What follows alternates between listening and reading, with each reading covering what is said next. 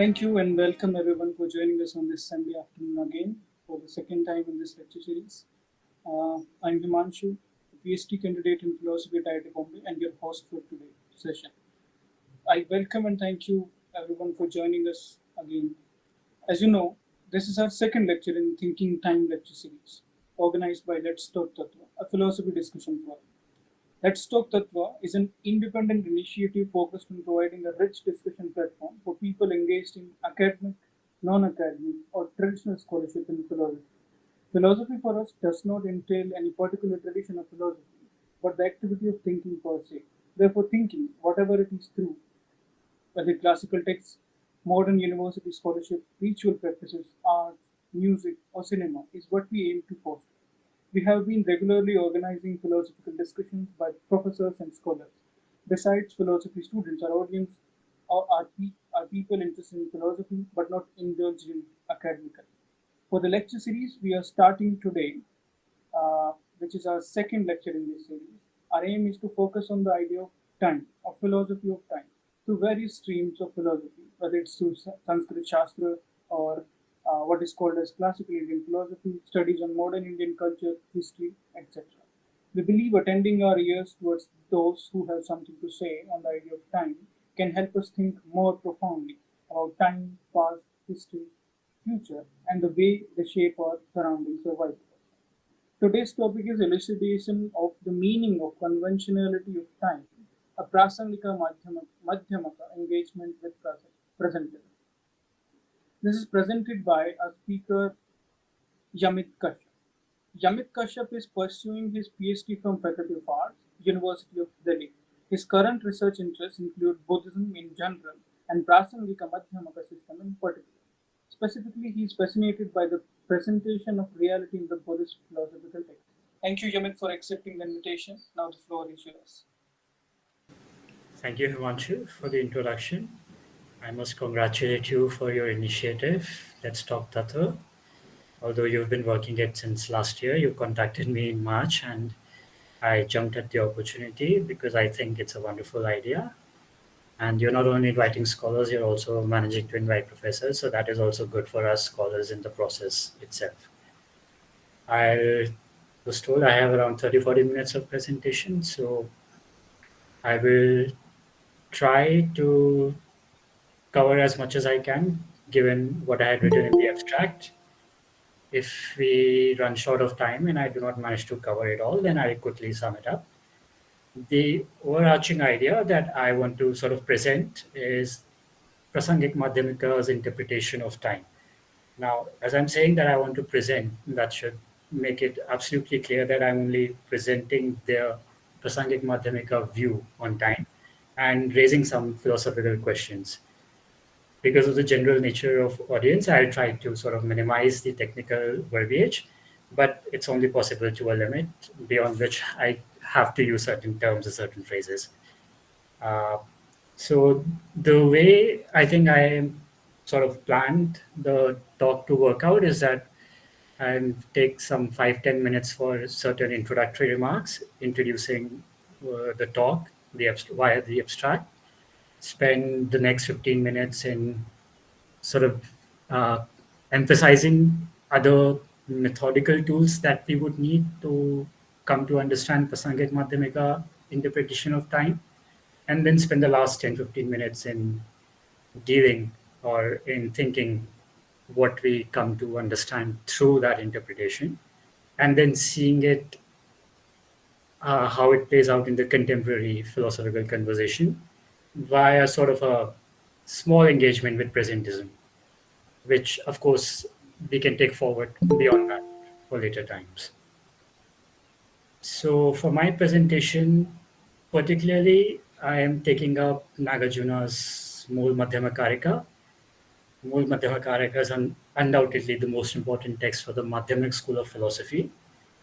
And the reason for starting with this text, reason for starting with Nagarjuna's chapter on time is that it sets the tone for the next maybe 900 or 1000 years of philosophical development through Prāsaṇgika-Madhyamaka itself. Now, this particular book, this particular text by Nagarjuna It comprises of 27 chapters. They're all written in verses.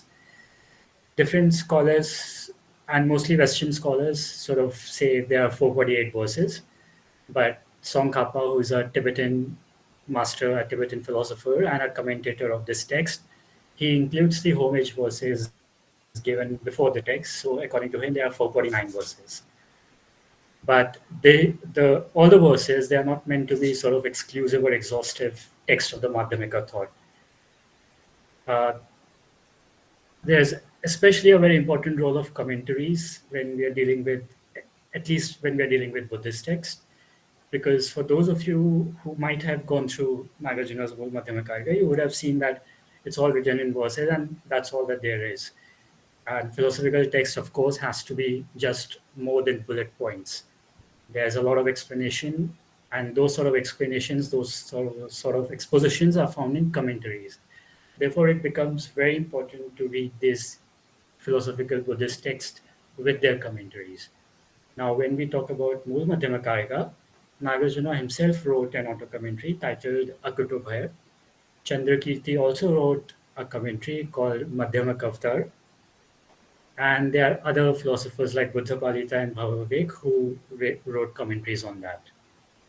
I will particularly take up Tsongkhapa's commentary, which shorthand Tibetan title is Uma, but translated in English, it's an ocean of reasoning. And we're going to read Nagarjuna's text through this commentary so that certain philosophical points could be emphasized, from which then we can build up for our engagement with presentism. Now, initially in the abstract, I had mentioned that what I would like to do is present a Prāsaṇgika-Madhyamaka interpretation of two truths theory and then their view on time. And in the end, I will contrast this with presentism. So the way I'm sort of thought about going for this is to, at the outset, just lay out the conclusion for this presentation that according to Prāsaṇgika-Madhyamaka, unlike most other schools of Buddhism, and like one other school of Buddhism, they sort of posit that past, present, and future are things. But they are conventional things and they are not actually there. So, on one hand, they are saying that there is no thing called time. And on the other hand, they are saying that yes, there is a past, present, and future. Now, these two very opposite things, how do they sort of stand for justification? How do they stand reason? That's what the text investigates, and that's what I will attempt to present in this presentation. Few more remarks about the text in general before we dive into the chapter 19 on time. So Kalabhuna is, for those of you who might not know, he's a very learned Buddhist scholar, and his reading of early Buddhism from a Theravada point of view is a billion scholarly works have been produced because of those readings. So Kalabhuna divides this entire Mool Madhyamakarika into 27 chapters into 4 sections, and chapter number 19 on time comes up in section number 3, where it is meant to establish, the entire section deals with those chapters which are meant to establish the non-substantiality of different entities. So non-substantiality of time for our purposes right now. Another famous scholar that most of you might be aware of is J.L. Garfield. He also divides the work into 4 sections, and chapter 18 on time for him comes up in section 3, which he labels as relation of self and the world. So his division of text is, as a scholar, is much more clearer than Kalabhana's, whose basis of categorization is sort of unclear to me.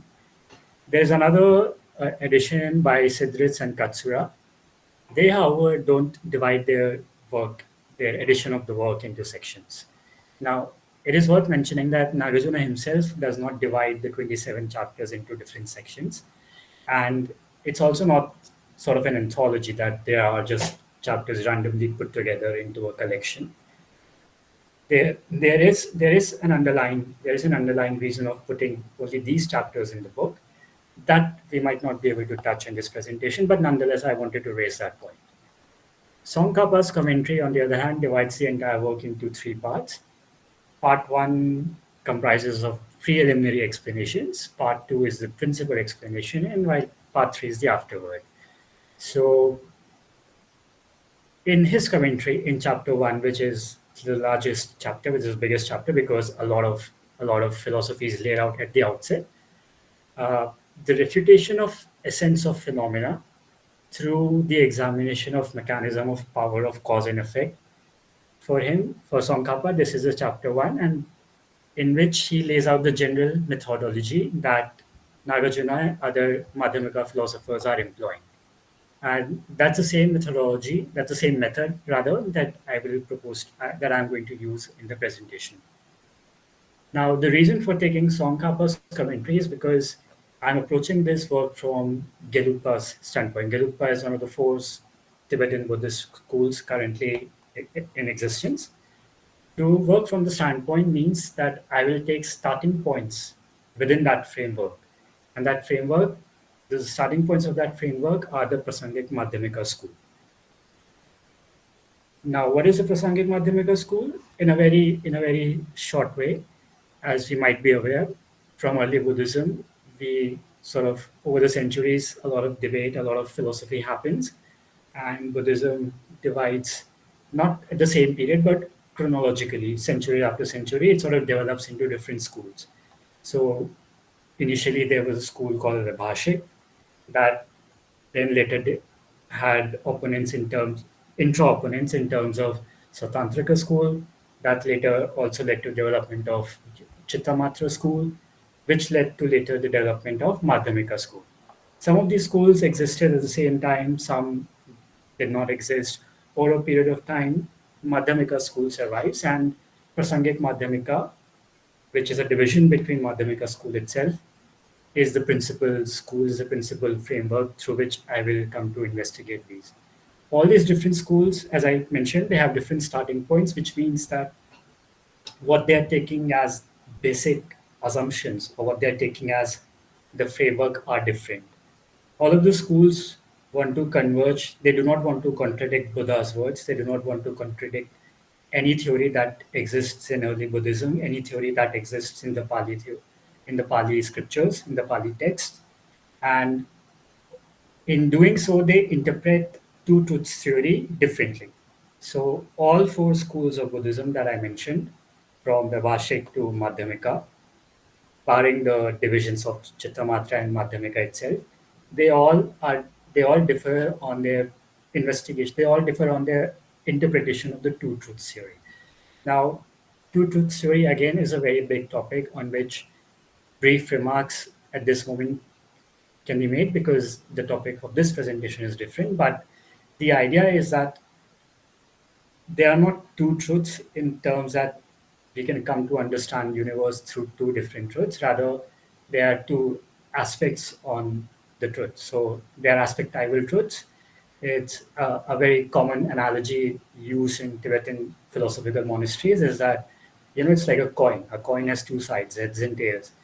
Those are not, the two sides are different, but they still belong to the coin. So the two truths are different to each other, but they are still the truth. It's not that there are two different truths or that there are two different realities. Of course, there are two different realities, but they are not substantially different. They are not actually different. It is our perspective on it which is giving this distinction. These remarks should, I am sure, make you raise a lot of questions about what are two truths. But as I said, for this particular presentation, I'll move on after making these remarks. Now, apart from some of the modern day translations that I've mentioned from Kalupahara, from Garfield, from Sidretz or Katsura, I have also sort of looked at the Sanskrit edition by Swami Dwarikadas Shastri, who wrote this edition, Sanskrit edition in 1983. And the rest of the English editions sort of have followed upon this particular Sanskrit edition. There's also difference in the commentaries, in the sense that certain philosophers who would belong to the Chittamatra school, they have interpreted Nagarjuna Mul Madhyamakarika in a different way, as opposed to people who belong to the Madhyamaka school who've interpreted the same text in a different way. And all these different interpretations happen because of the difference in how they come to understand two truths theory. There, the overarching idea, to make a repetition, is that they do not want to contradict the words of the Buddha, but they also want to stand firm against reasoned analysis. So they do not want to be contradicted logically, and they do not want to contradict Buddha's actual words in the Pali text. With these two sort of things in their mind, they bring out their different interpretations. Now, since I am focusing on the text Mul Madhyamakarika, chapter 19 on time, Kal Pariksha, I'll make one final introductory point on examination, on pariksha. So Garfield and Kalupuhana both translate the chapter as examination on time or examination on XYZ for that matter, while Sidrits and Katsura translate them as analysis of time. Analysis is an apt translation for Nagarjuna's intent, for he is indeed breaking down concepts into parts and demonstrating that they lack that which is presupposed to be found. Examination, on the other hand, is also not a bad translation, for it does connote the idea of examining the concepts, examining, for our case, time. Investigation could have also been a good, apt translation. The Sanskrit term is pariksha, and for all those who are familiar with it, pure Sanskrit, would immediately think of an exam as a literal meaning of pariksha. So it's like we're calling a concept to an exam. We are posing certain questions to the concept, and we see how the concept, according to this school, according to that school, holds up to those questions. In Sanskrit, the second case, the accusative case, renders the title that time is examined. So, from the perspective of original Sanskrit translation, examination as a translation serves the best. But again, analyzing the concept is again a fair translation. Now, just one last introductory remark before I get into the chapter. Uh, it's on the title of Mool Madhyamakarik. So, again, for people who are good at Sanskrit, they would immediately understand that it's one, it's a prefix mool, then it's Madhyamak, then it's Karika, Madhyamaka, Karika. So, Garfield translates this as fundamental wisdom of the middle way. Kalupahana, Sidrits, and Katsura, they translate it as philosophy of the middle way. The importance of the translation of the title is quite significant. Mool is root. It is fundamental, it is a foundation, it is the most important. So, insofar as connotation is concerned, fundamental is good. But root is sort of the literal translation, for Nagarjuna is indicating that the verses in this text are the root of the Madhyamak philosophy. Root that sustains and acts as a foundation for the entire tree, which is the Madhyamik school of thought. Madhyamik school, though initiated, let's say, by Nagarjuna in 2nd century AD, by the time we get to 6th or 7th century AD, there's a philosopher by the name of Chandrakirti who, in a debate with another Buddhist philosopher, Bhavavek, lead to a division of the school of Madhyamika into Prāsaṇgika-Madhyamaka and Svatantrik-Madhyamaka. As an overview remark, Svatantrik-Madhyamaka is the school which sort is translated as independent argumentation. So their basic reasoning is that it is possible to posit independent arguments which generate the inference.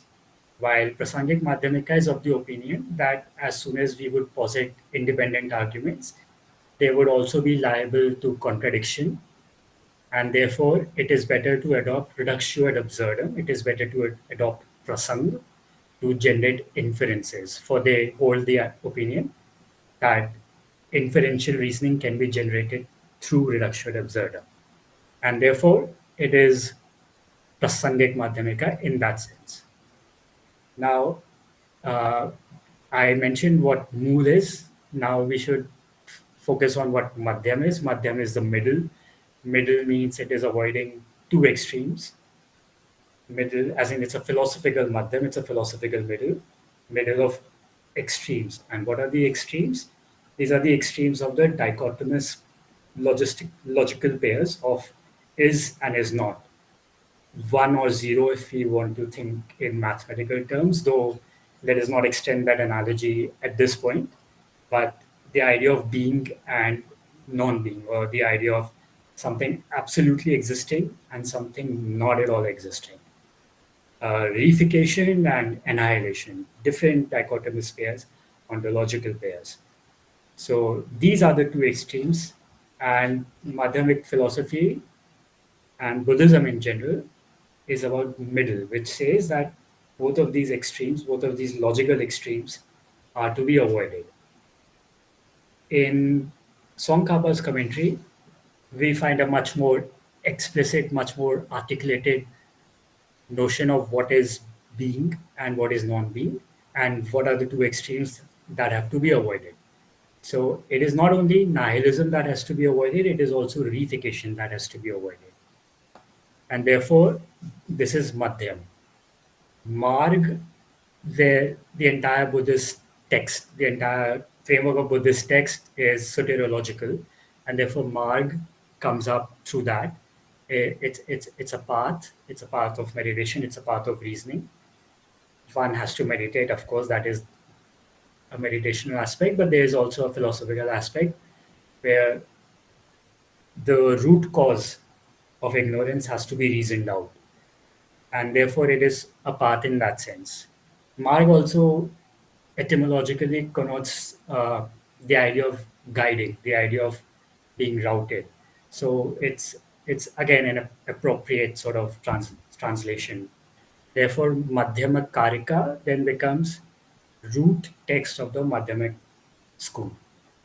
Having now made these introductory remarks, I move on and I discuss the 6 verses in this text. As I was mentioning to Himanshu, very luckily we only have 6 verses. That does not take away the profundity of the text. It just makes possible something which otherwise would not be possible, and that is a close reading of the text. So, with this, I begin by introducing the first verse. If, quotes, if the present and the future exist dependent on the past, then present and future would be at the past time. End of quotation. So, what Nagarjuna here is sort of trying to make us think is, let's say we say time is something real, therefore we say there's a past, there's a present, and there's a future. We know in general Buddhism subscribes to the doctrine of momentariness. That should be sort of kept in the mind while we are having this discussion.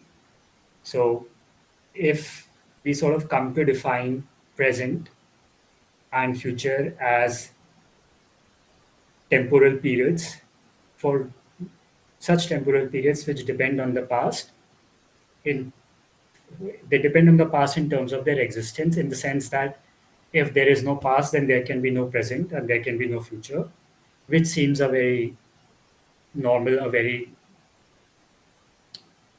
let's say, if we are starting to think about time, we will naturally think that there's a past, there's a present, and there's a future, and that these are connected, these are linked, these are related in this manner, that a present period exists because there was a past period, and a future period will come into existence because there's a present. Uh, for those who might be aware about different theories of time, about presentism or eternalism, or about A theories and B theories of time in specific, I would at this moment say I'm only discussing tensed propositions. I'm not discussing tenseless propositions. So we'll keep that in mind, and if I forget to bring it up later in the presentation, someone may please remind me to do that. So the the argument in the first verse of Nagarjuna's text is that if we say present and future exist because they depend on the past, then present and future would have to exist at the same time. And if present and future exist at the same time, then then there is no difference from the past. I mean, if present already exists in the past, then it wouldn't be present, it would be past. And likewise, the same for the future. It seems a very overview sort of rejection, but let us sort of be patient and let us see where this sort of reasoning is leading to.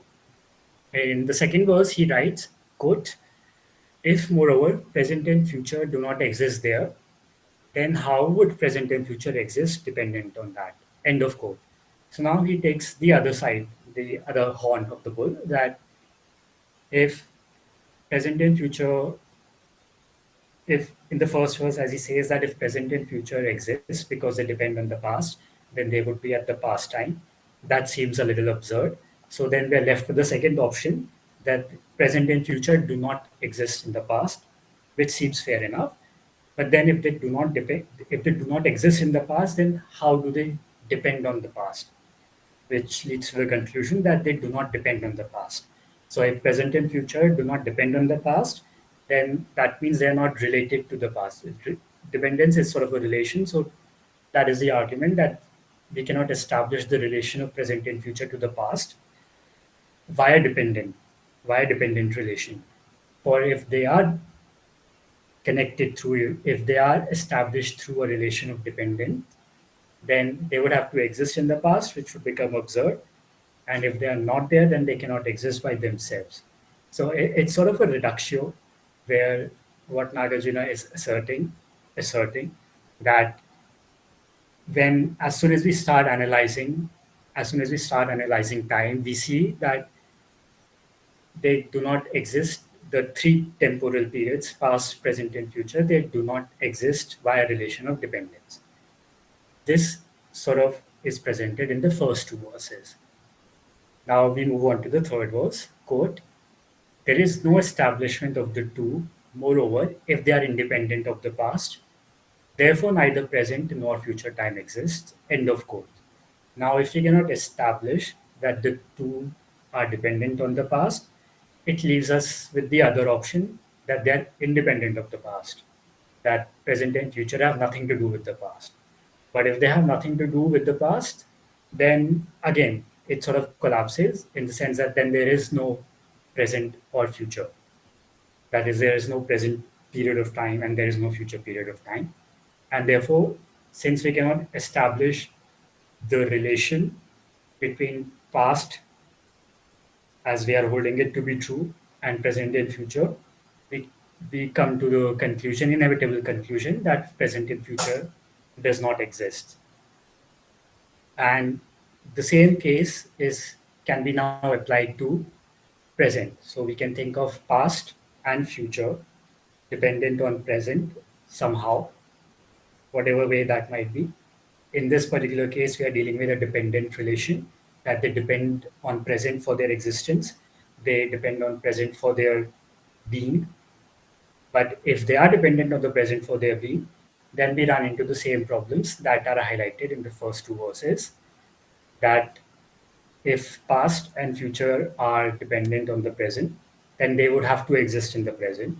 But if they exist in the present, then they wouldn't be past or future. Or the other horn, that if past and future do not exist in the present, then how can they be dependent on the present? And because we cannot establish this relation between past and future with present, it implies that they are not dependent on the present, which means they are independent of the present. And if they are independent of the present, that means past and future don't exist. And the same applies when we consider the case of future, that it depends on past or it depends on present. Now, a very genuine question comes is, why of all possible relations would they deal with the case of dependent relation? Because that is particularly replying to Buddhist scholars also. He's particularly replying to Buddhist philosophers of different schools who take schools like Vaibhashik or schools like Swatantric, who take the reality of past, present, or future to be actually there, to be really there, to be existing. So in this, because and they believe it exists because within Buddhism there is the idea of dependent causality, dependent origination. that things exist in terms of depending on other things. So in this first two verses and its extension in the third verse, Nagarjuna demonstrates that the understanding of the earlier Buddhist schools that they dependently really exist is incorrect, because if they hold on to this, then the extension of the argument runs into contradiction, a reductionism applied. In the fourth verse, quote, in this manner, one would regard the remaining two cases which I mentioned. Thus, one would regard best, worst, and middling as well as singularity and so on. End of quote. So, in the fourth verse, what Nagarjuna is saying that anything which we can, any temporal period which we can sort of divide into these three phases, and by extension, any spatial relation which we can divide into these three cases of small, medium, big, or initial, current, later, all of these relations, they also collapse based on this reasoning. In fifth verse, we come within quotes, a non-abiding time cannot be apprehended. An abiding time that can be apprehended does not exist. And how is a non-apprehended time conceived? End of quote. So now in this verse, Nagarjuna is replying to an opponent that says that, I understand time does not exist as a dependent relation, let's say, but what about the fact that time can be measured? It can be measured in units, it can be measured in instants, in moments, in seconds, in hours, in days, and years, and like that. In kalpas also, concept of time. So if we can measure time, then how can you sort of ground this justification that it does not exist? So Nagarjuna responds to this sort of a critique by a dilemma, again, reductio ad absurdum, that if time can be measured because it exists as something, therefore it would imply that time abides, that it remains unchanging. For something to be measured, it has to be there, it has to abide.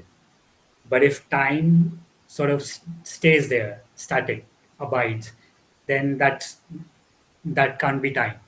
I mean, time is about change. It's about succession. It's about things happening one after the other. So if if a person says that just because we can measure time, the time should exist, the response is that whatever can be measured, it has to abide over a period of time. But because in general Buddhists believe in momentariness, it does not abide. And even if it were to abide, then how can we call that as time?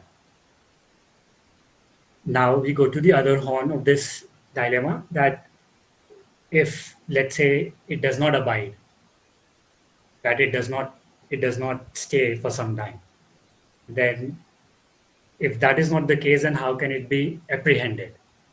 I mean, how can it be conceived? Either time can be conceived, we can conceive time if it is apprehended, and apprehension can happen if it is a non-abiding time. For if a time that abides is not time, therefore it cannot be apprehended. And something that cannot be apprehended, we can't conceive, and therefore time does not exist. Chandrakirti, interestingly, through a lot of polemics also, but a lot of reasoning also, has the opponent concede at this point that time cannot be an independently existing, ultimately real thing. But because people want to acknowledge that time is something real, so there is a name, there is a label, a conceptual imputation given to it. And on the basis of this label, we can talk about time. I will come back to this point of Chandrakirti at the end of discussion of this chapter. Chapter whose last verse I will now quote. If time exists dependent on an existent, how will time exist in the absence of an existent? No existent whatsoever exists. How then will there be time? End of quote. So the sort of main point here that Nagarjuna is stating is, let's say we have considered different ways in which time does not exist. Someone might say that, time exists, but it does not exist because the present depends on the past or the present depends on the future. Time exists because it depends on something in itself. It's a very unique feature of itself, on the being of time, if I may say so. That is what gives existence to time. So to this, Nagarjuna replies in the verse that, so if this existent will not exist, like if the existence is not there, therefore time will not be there.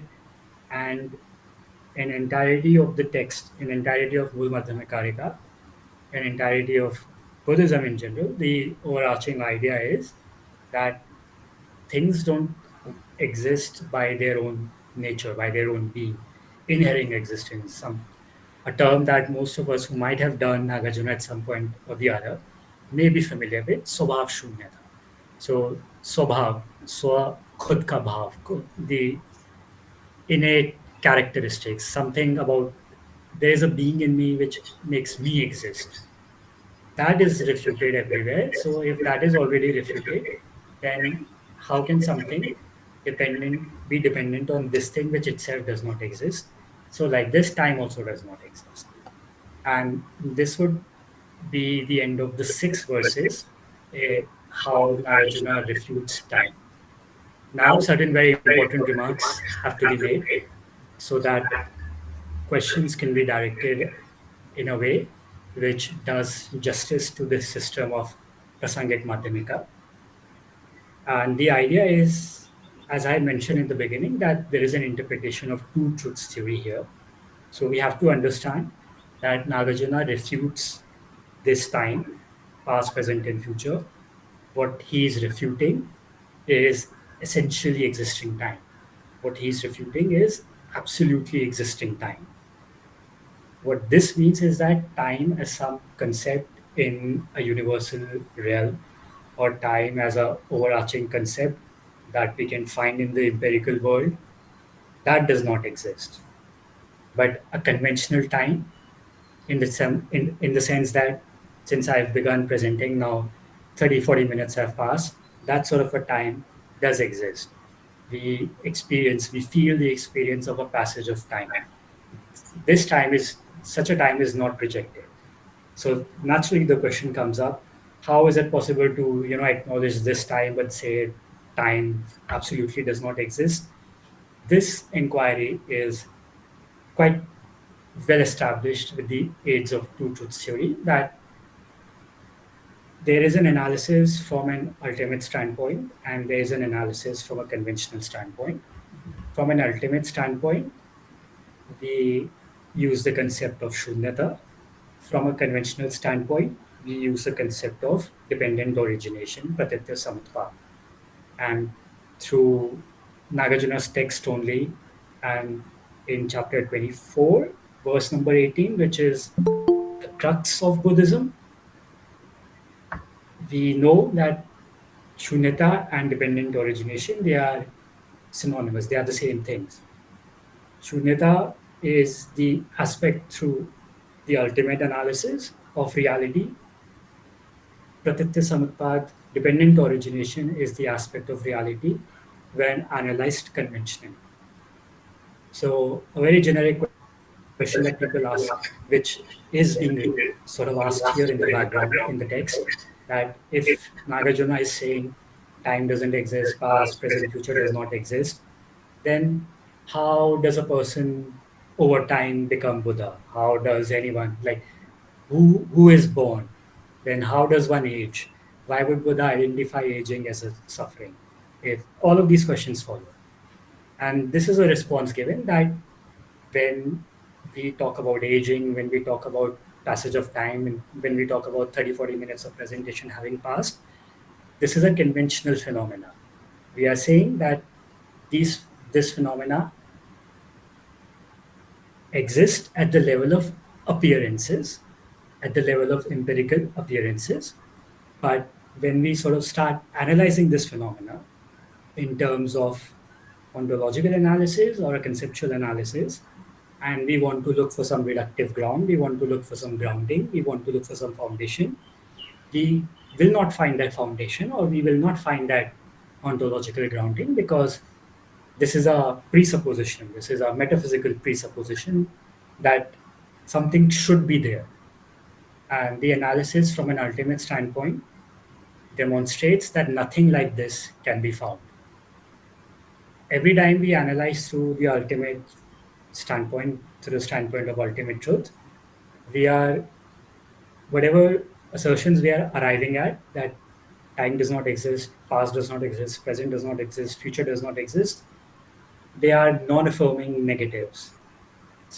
So it's not saying that by negation of this something else is being asserted. No, only this is being negated.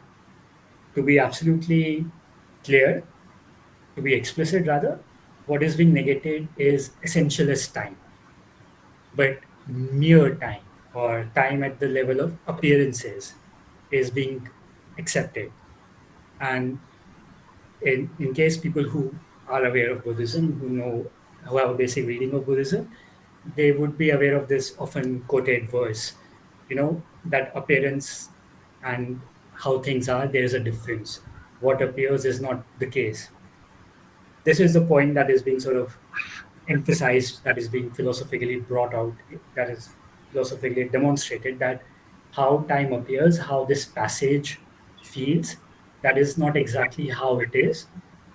And it's a non-affirming negative where that is not how it is the end of the analysis. They do not say from an ultimate standpoint that what is the case, because remember, we are doing this from a Prāsaṇgika-Madhyamaka perspective, and from their perspective, reductio ad absurdum is the best way to generate inference, that if we hold on to an essentialist time or as an essentialist concept, we are committing a logical mistake, because then we are going to run into contradictions, as demonstrated in the previous 6 verses, that if we say one thing, we find it does not exist.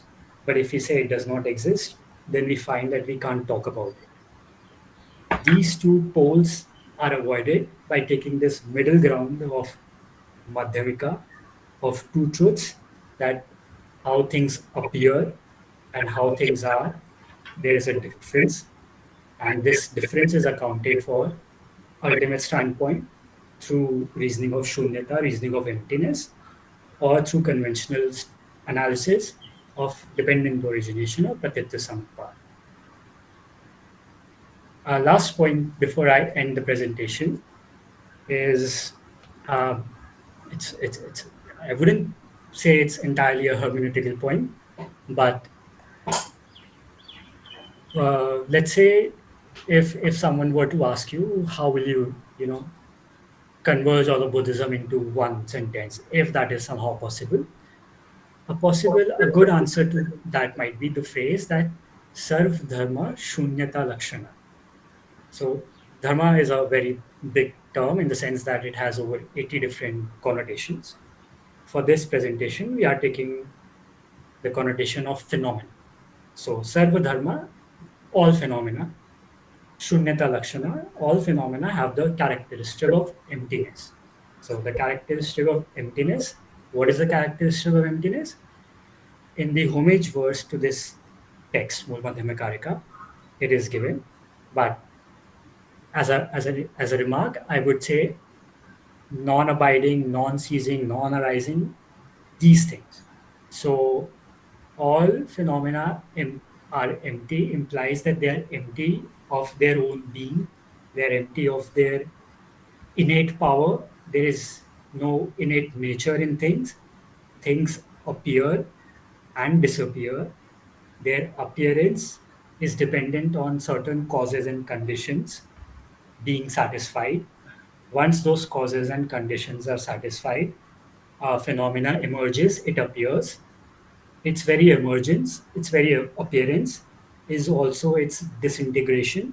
At the moment of its appearance, its disintegration begins.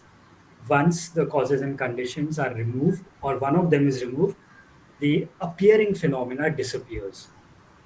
from a conventional standpoint that uses dependent origination to understand this, there is no there is no dilemma about how things can appear and disappear into existence or out of nothing, because it is like, and these are where those analogies are used, like reality is like a cloud, or reality is like a magician's trick, or reality is like a mirage, in terms that what appears to be the case as we analyze it, that is not the case.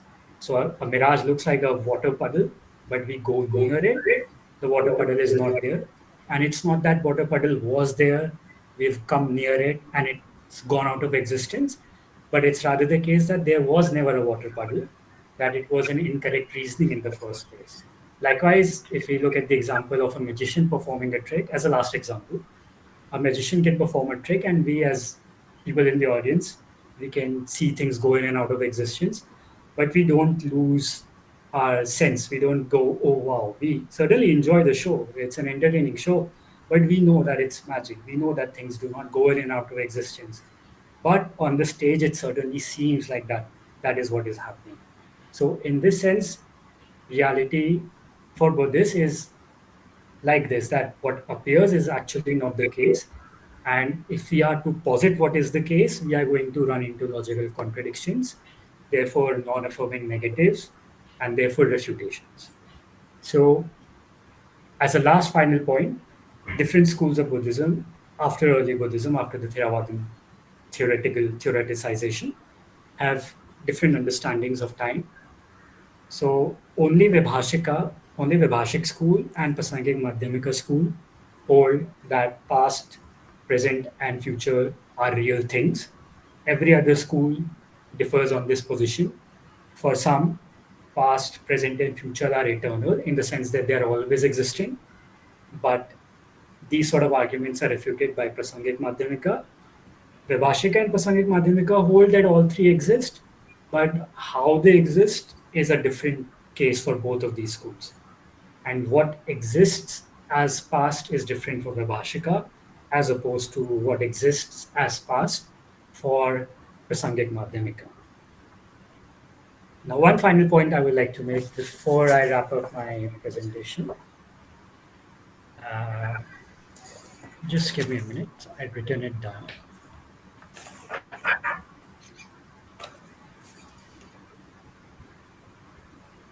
So, since we sort of are thinking about time, I think it would be a little appropriate to come to an end of a presentation and then at least say what time is, or what conventional time is, for if they are refuting that time ultimately does not exist, or time as an absolutist notion is rejected, but a conventional status of time is given. So what is conventional time?